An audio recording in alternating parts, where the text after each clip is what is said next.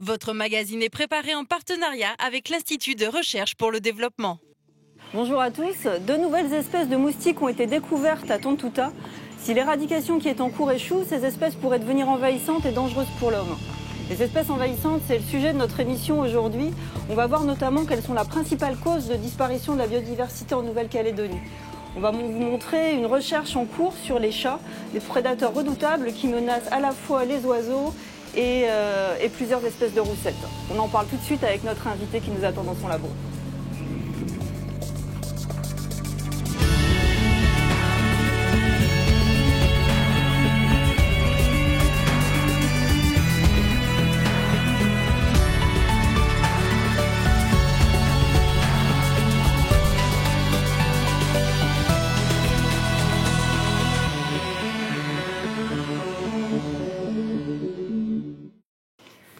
Nous sommes installés dans le laboratoire d'écologie terrestre animale de l'IRD en compagnie de Pauline Palmas. Bonjour. Bonjour. Merci de nous accueillir et puis de nous parler des espèces animales envahissantes.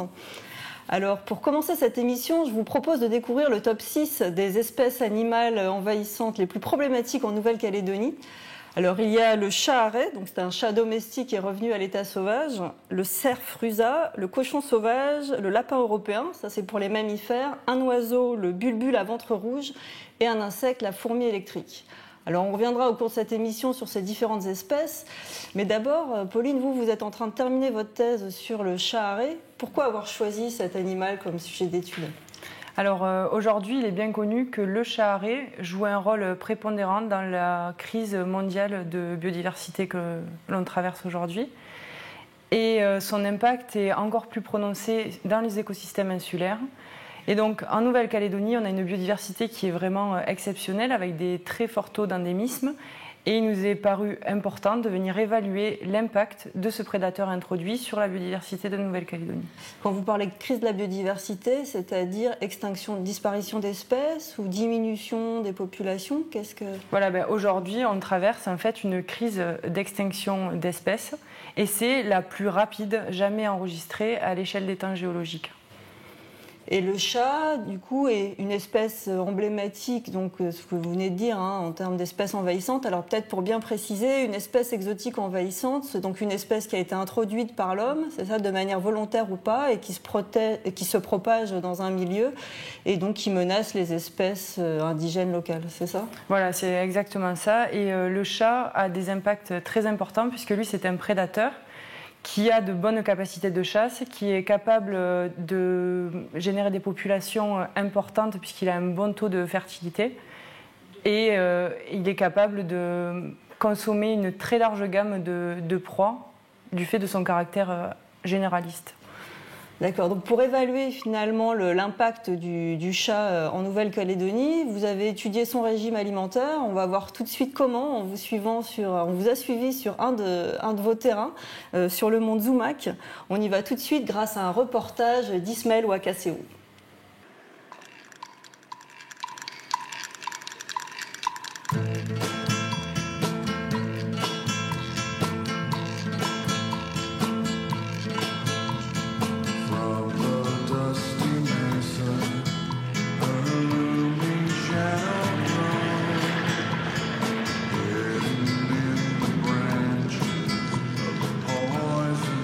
Là, on vient ici pour essayer de comprendre les espèces de vertébrés qui sont affectées par un prédateur qui a été introduit en Nouvelle-Calédonie, donc le chat, sachant que le chat arrêt, c'est la même espèce que le chat domestique, mais retourné à l'état sauvage. Donc il y a des populations de chats arrêt qui sont retrouvés partout en Nouvelle-Calédonie, des bords de mer jusqu'au plus haut massif. Et on voudrait évaluer leurs impacts sur la faune locale.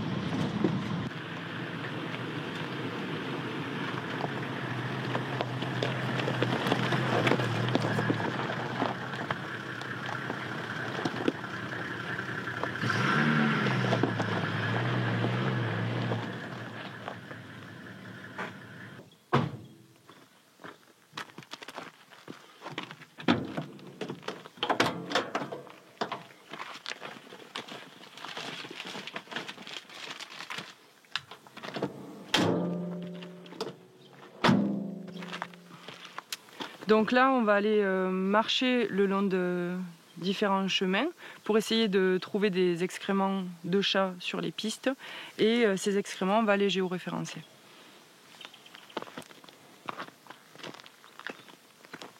Donc généralement, on se met chacun d'un côté du chemin, on balaye du regard en marchant à une allure, à faible allure pour du coup essayer de les localiser. Donc la plupart du temps, du fait de l'ensoleillement, les excréments deviennent plutôt blancs, mais s'ils sont frais, c'est une couleur plus discrète sur ces tons marrons.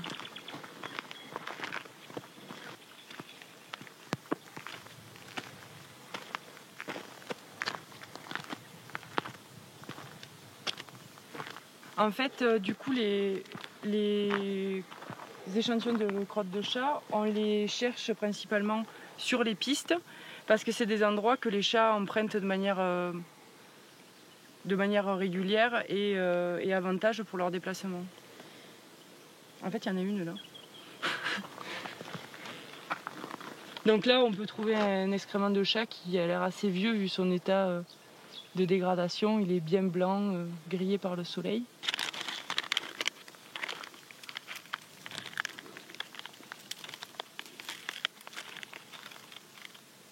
Il est important de prendre un point GPS à chaque échantillon qu'on prélève parce que ça permet de comprendre les patrons de prédation du chat arrêt de manière spatialisée. Donc cet échantillon sera l'échantillon qui correspond au point GPS numéro 885 par exemple.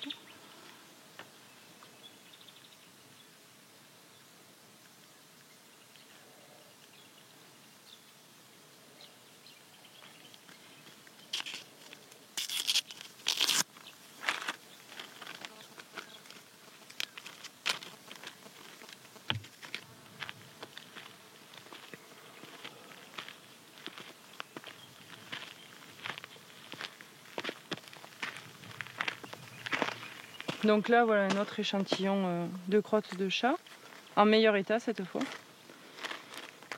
Et de la même manière, on va ramasser l'échantillon à l'aide d'un petit sachet et d'un bâton, faire une étiquette, prendre un point GPS. Donc on ramasse des échantillons d'excréments de chats pour comprendre leur régime alimentaire et les espèces qui sont affectées par cette espèce envahissante en Nouvelle-Calédonie.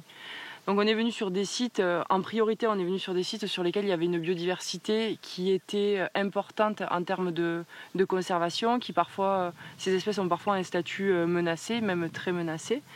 Et sur le massif des Tsumak, les espèces à intérêt de conservation qui peuvent être consommées par les chats arrêts sont par exemple 2 espèces de pétrels et différentes espèces de cinques, donc plus communément appelées les lézards.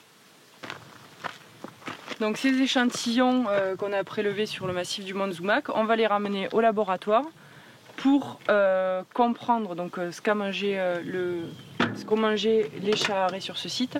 En fait, on va disséquer finalement l'échantillon et essayer de trouver des restes de proie, donc par exemple des plumes ou bien des restes d'écailles pour les lézards, etc., etc.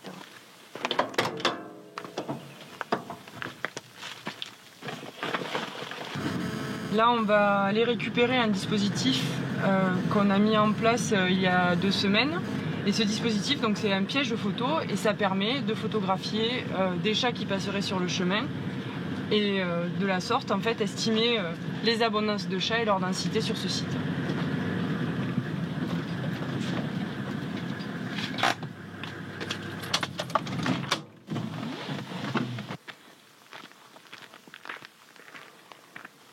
Donc là, voilà un caméra trappe, un piège photo qu'on a installé il y a 2 semaines. On est venu le récupérer. Donc la première étape, ça va être d'éteindre l'appareil et puis de le récupérer. Cet appareil, c'est un appareil photo en fait, mais sauf qu'il est équipé d'un détecteur de mouvement et à chaque mouvement qu'il détecte, donc imaginons un chat passe sous nous par exemple, l'appareil va prendre une série de 3 photos. Donc là on a une photo de chat qui a été prise de nuit. Et là, ce qu'on peut dire, c'est que sur cet appareil-là, il y a au moins 2 chats différents qui ont été photographiés. Donc, puisqu'il y en a un qui est noir et puis l'autre qui est rayé. Et donc, selon les motifs, ensuite, une fois retourné au laboratoire, selon les motifs du pelage, selon l'allure générale de l'animal, etc., on va arriver à distinguer différents individus et estimer un nombre minimum de chats sur les sites par kilomètre carré, etc. Donc ces données-là, de densité de chats, couplées aux données de régime alimentaire, vont permettre de comprendre combien d'individus d'une espèce menacée vont être prélevés par le chat et donc préciser l'impact du chat sur les espèces menacées de Nouvelle-Calédonie.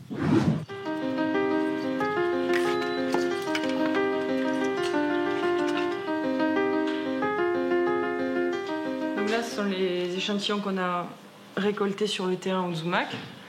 Et on va commencer donc l'analyse macroscopique. Ça consiste à d'abord déliter en petits morceaux l'échantillon et à ensuite récupérer tous les éléments qui peuvent permettre d'identifier les proies qui ont été consommées par le chat en question. Donc ça, c'est une patte de lézard. On peut bien voir les petits doigts avec les petites griffes au bout.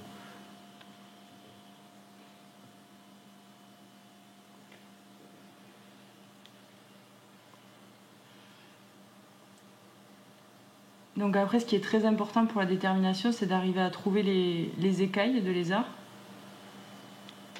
Et les écailles, c'est très petit, mais très informatif.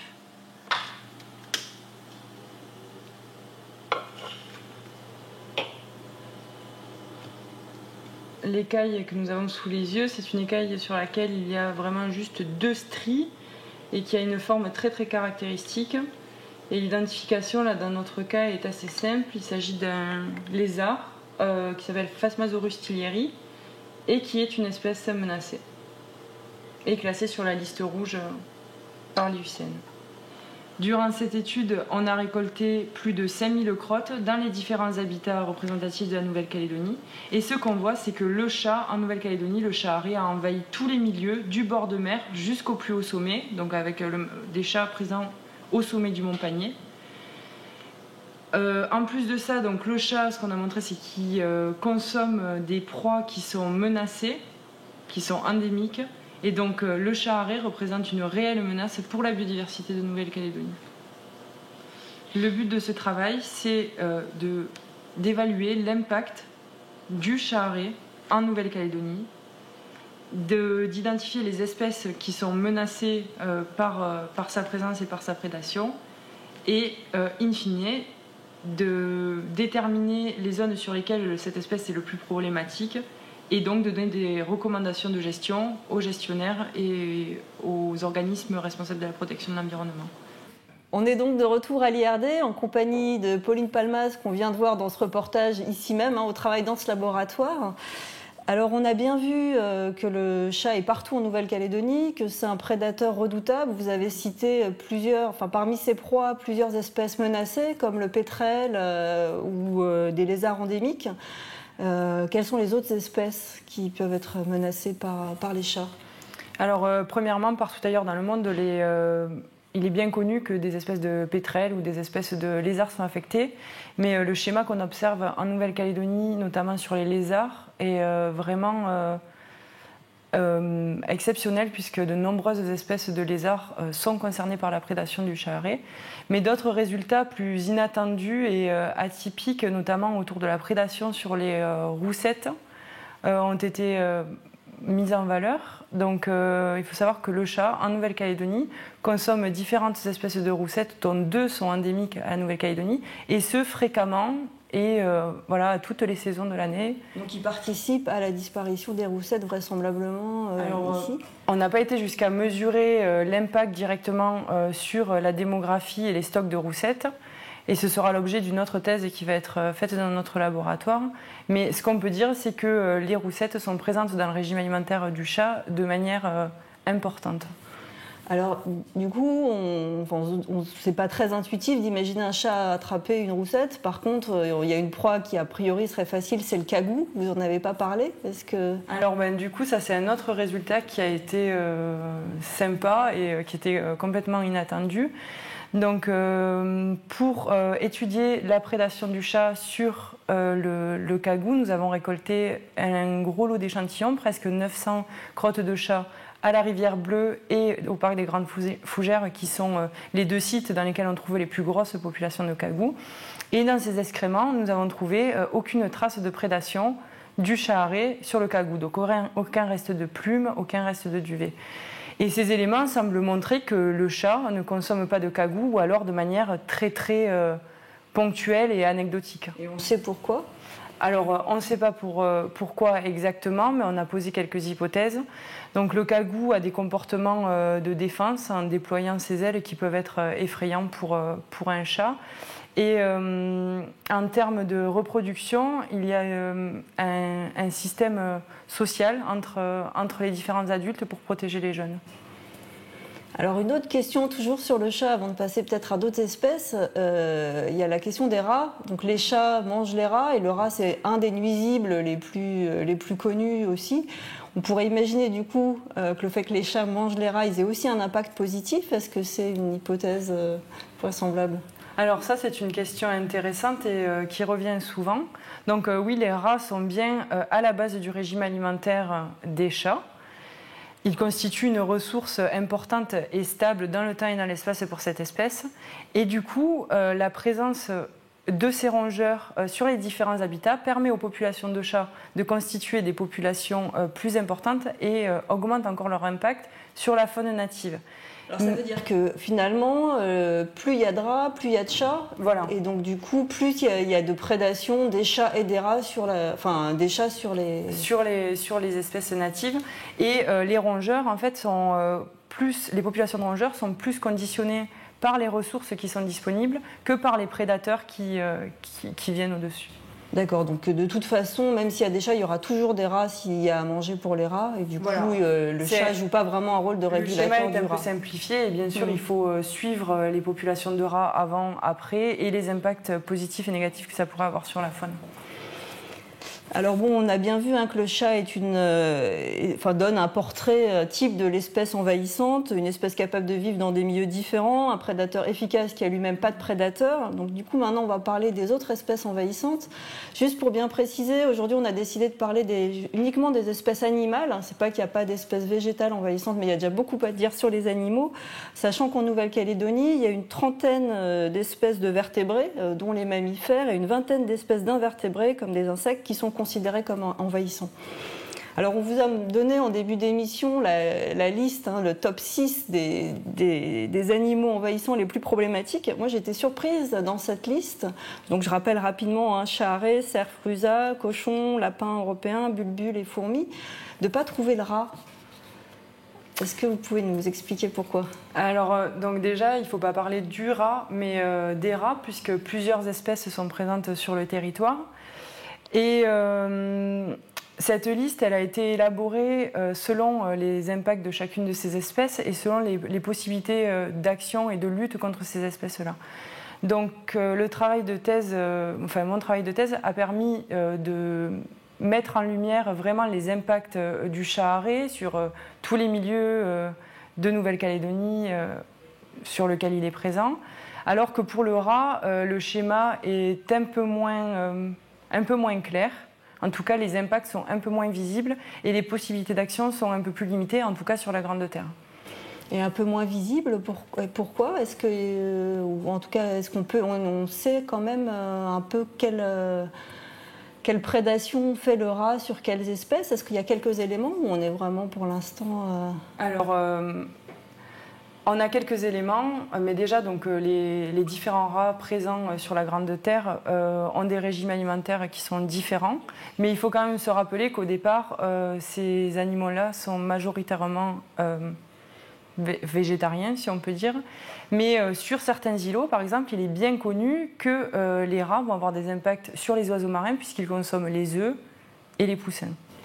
Alors justement, sur ces impacts-là, hein, on sait que les espèces envahissantes sont la première cause de disparition de la biodiversité sur les îles.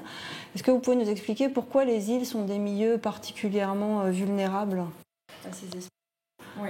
Donc les invasions biologiques non seulement sont responsables de la plupart des disparitions qui ont eu lieu ces dernières années sur les îles, mais elles continuent encore de menacer la biodiversité qui est présente, donc c'est vraiment un sujet très important. Et les îles sont particulièrement vulnérables aux invasions biologiques parce que d'une part les réseaux trophiques, donc la chaîne alimentaire est simplifiée, avec certains maillons qui vont être manquants. Donc on parle de niches vacantes. Par exemple, très souvent, c'est celle des prédateurs. Et les espèces qui sont présentes sont naïves et peu compétitives par rapport vis-à-vis de ces envahisseurs. Donc, il y a beaucoup moins de prédateurs que ce qu'on peut trouver sur le continent et du coup des animaux qui sont très vulnérables parce qu'ils ont l'habitude d'être dans des... Voilà, souvent il n'y a absolument pas de prédateurs, sachant qu'en Nouvelle-Calédonie, les prédateurs apicaux étaient les oiseaux auparavant et les lézards. Et donc, à l'introduction d'une espèce prédatrice présente originellement sur les continents, ces espèces natives ne vont pas être capables de se défendre contre ces prédateurs et vont avoir des traits d'histoire de vie qui ne sont pas adaptés, avec des oiseaux, par exemple, qui vont nicher au sol. Alors justement, là, on parle comme forme d'impact, on parle de la prédation, hein, donc de prédateurs qui vont manger d'autres animaux, ou alors par extension le cerf qui va pouvoir menacer une partie de la flore. Est-ce qu'il y a d'autres formes d'impact que la prédation ? Donc la prédation, c'est vraiment l'effet le plus intuitif, mais d'autres formes d'impact existent, avec par exemple la compétition. Chez nous, on a l'exemple du bulbul qui peut être compétiteur d'autres oiseaux pour la ressource ou pour l'habitat. Il va y avoir le dérangement avec par exemple la fourmi folle jaune qui va pouvoir déranger les oiseaux marins dans les terriers et amener à des succès reproducteurs faibles pour ces oiseaux-là. Et enfin, il y a des risques de transmission de maladies, alors soit à la faune locale, soit aux populations humaines. Donc chez le chat-arrêt, on peut imaginer que les populations soient vecteurs de la toxoplasmose, par exemple, ou la leptospirose avec le rat. Et ça, la leptospirose avec le rat, ça a été déjà montré ? Alors, les rats sont porteurs de la leptospirose. Après, les roussettes le sont aussi, donc c'est un sujet sur lequel je ne pourrais pas aller plus loin que ça, puisque je ne travaille pas dans la santé. Alors, mais justement, on parle de la santé, et donc il y a deux nouveaux moustiques qui ont été découverts récemment à Tantuta, dont un anophèle, qui est donc un moustique qui peut transmettre le palu, et puis un autre moustique, l'Aedes, qui ressemble, une espèce d'Aedes qui ressemble un peu au moustique qui existe déjà en Calédonie et qui peut transmettre la dengue, le chikungunya et le Zika. Est-ce que ces deux espèces de moustiques peuvent être considérées sont des espèces envahissantes Alors, aujourd'hui, on peut parler d'introduction et pas d'invasion parce qu'on n'est pas capable de dire si l'espèce va pouvoir vraiment s'installer en Nouvelle-Calédonie.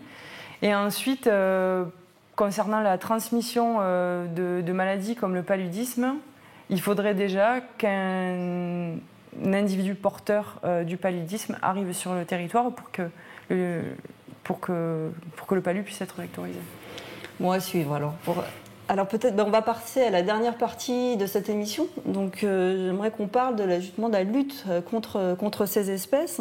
Donc un des principaux moyens de contrôle, c'est la biosécurité, c'est-à-dire le contrôle aux aéroports et aux frontières et dans les ports, avec les limites dont on vient de parler là, comme ces deux moustiques qui ont malgré tout passé les barrières de la biosécurité. Alors une fois qu'une espèce est installée, comment est-ce qu'on peut lutter contre cette espèce ? Alors, il faut savoir que plus l'espèce est introduite depuis longtemps, et puis plus ça va être difficile de lutter contre. Donc, plus tôt on agit et mieux c'est. Et la biosécurité, donc empêcher une espèce d'entrer sur le territoire, c'est vraiment là qu'est l'enjeu.